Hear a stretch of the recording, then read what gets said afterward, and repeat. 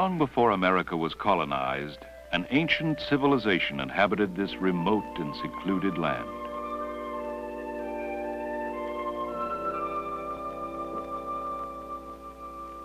Pictographs on these canyon walls reveal many outstanding events in their lives.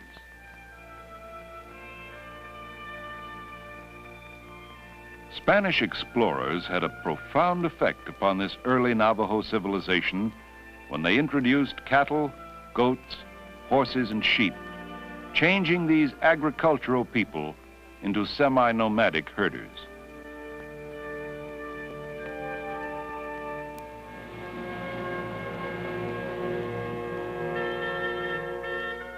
The long hostilities with the federal Bluecoats ended in 1868 with a treaty establishing the Navajo Reservation, which has gradually increased to 16 million acres, nearly 4 times its original size.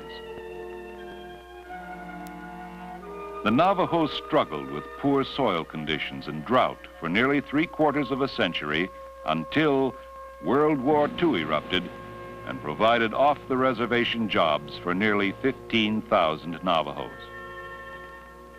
After the war, they returned to their reservation to find a meager existence, raising sheep, crop farming, weaving, and receiving occasional part-time work off the reservation.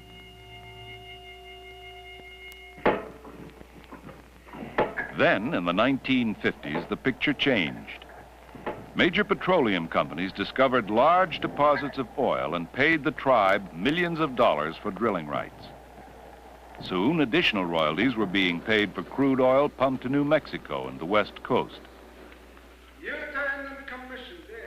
Rather than distribute these oil royalties on a per capita basis, the council invested the funds in programs for the entire tribe. A plan was developed to meet the basic needs of the Navajo people. A plan to create roads, bridges, hospitals, schools, and employment.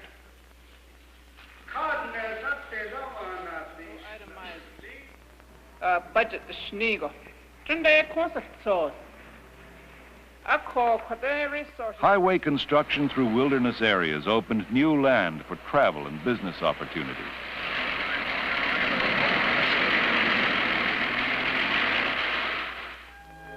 Through the efforts of the Tribal Council and the U.S. Public Health Service, hospitals and health clinics were built.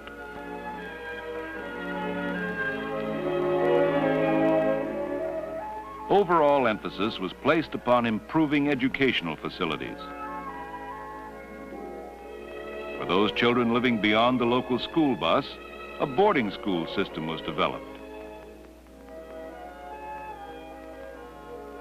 49 such schools are now located on the reservation.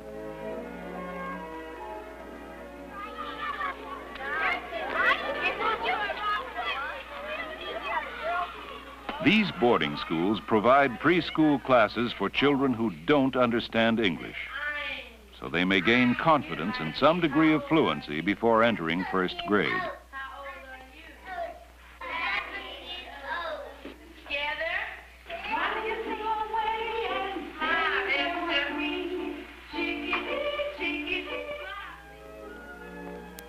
By the time the children have reached the 8th grade, their academic level is on a par with the standards found at most American schools.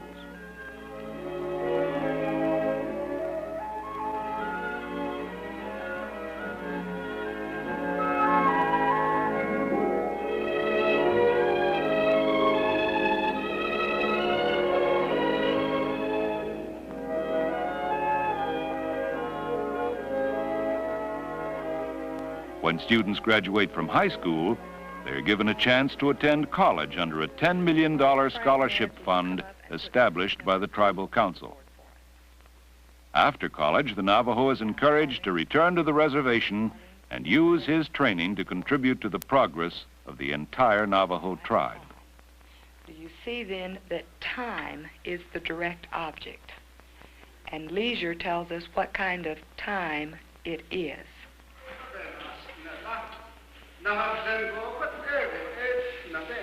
In a continuing program, the Tribal Council promotes development of tribal-owned businesses and encourages industries to locate on the reservation where unemployment remains a serious problem.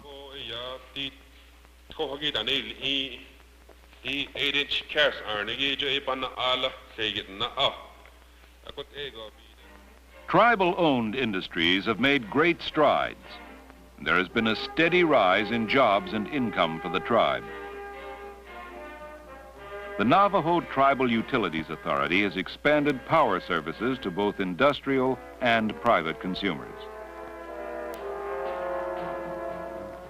Electricity is now available on most of the reservation.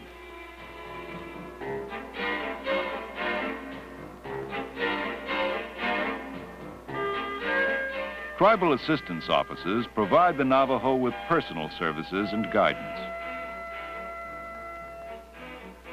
Home economists and nutritionists help with home planning and diet.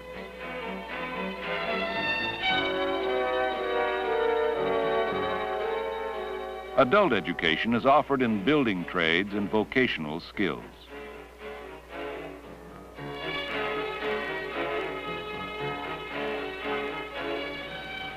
The Navajo forest products industry, established in the late 1950s, produces more than 43 million board feet of lumber a year, shows good profits, and employs approximately 430 Navajos.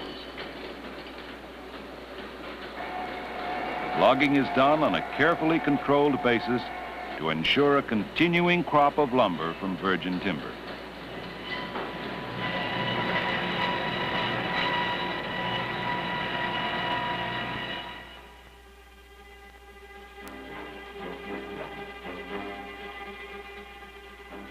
Tribal council efforts were realized as private industries began locating on the reservation. General Dynamics was among the first to establish a manufacturing plant here. The potential of the large Navajo manpower pool made this a sound business venture and represented a positive step to help relieve widespread unemployment. The significance of this event was noted in excerpts from the dedication speech delivered by Raymond Nakai, chairman of the Tribal Council.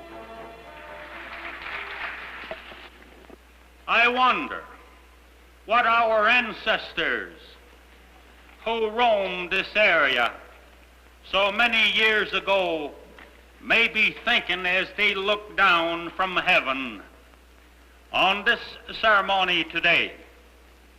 I am sure that they may be a little puzzled and perhaps bewildered at the events that are taking place today on the sleepy plains where once they chased game and fought the bluecoats of the federal government. It is a little startling and indeed appropriate that here in this beautiful setting there should arise this magnificent industrial plant of one of America's outstanding corporations. And I want to congratulate General Dynamics in their wise decision to locate here at Fort Defiance, Arizona.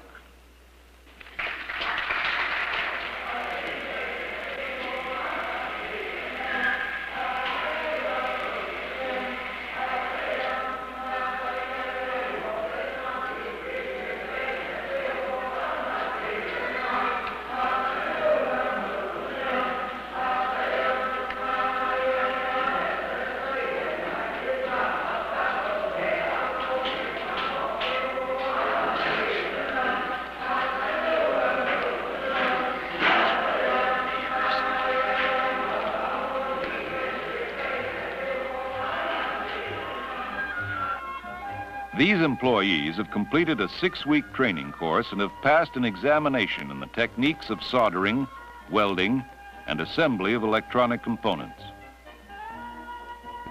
Training is administered by the state of Arizona under the Manpower Development and Training Act. Only 9 supervisors from General Dynamics are needed to direct the work of the Navajo employees in the production of highly sophisticated electronic assemblies. In a short time, these people have established a high degree of productivity with an excellent level of quality. Not long ago, they were among this country's unemployables.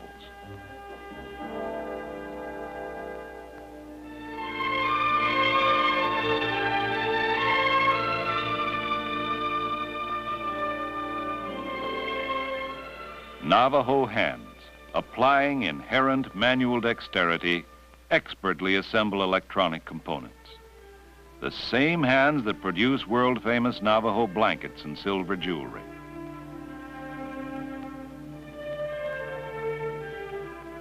A skillful craftsman for many generations, the Navajo is adjusting to the demands of a different era, the space age.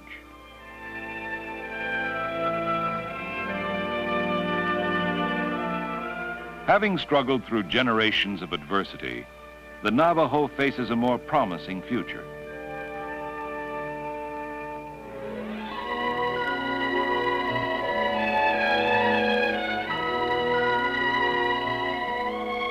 More industrial developments and prosperous tribal-owned businesses are helping him achieve a more productive and rewarding life.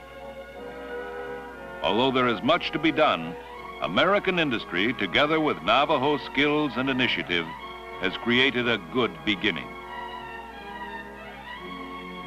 A beginning which will enable the Navajo to go forward with dignity and self-respect in a modern space-age society.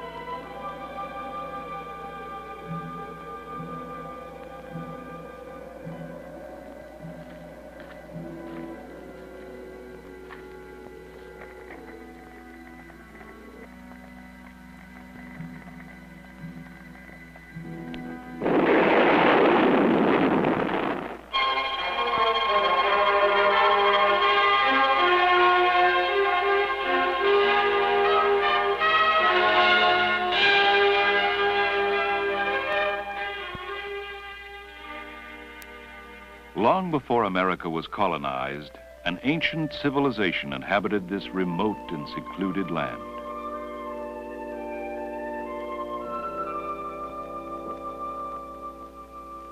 Pictographs on these canyon walls reveal many outstanding events in their lives.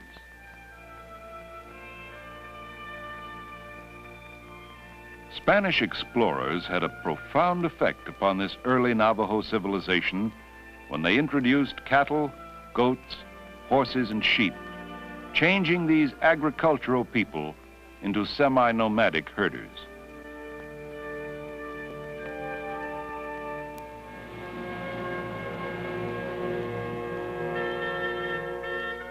The long hostilities with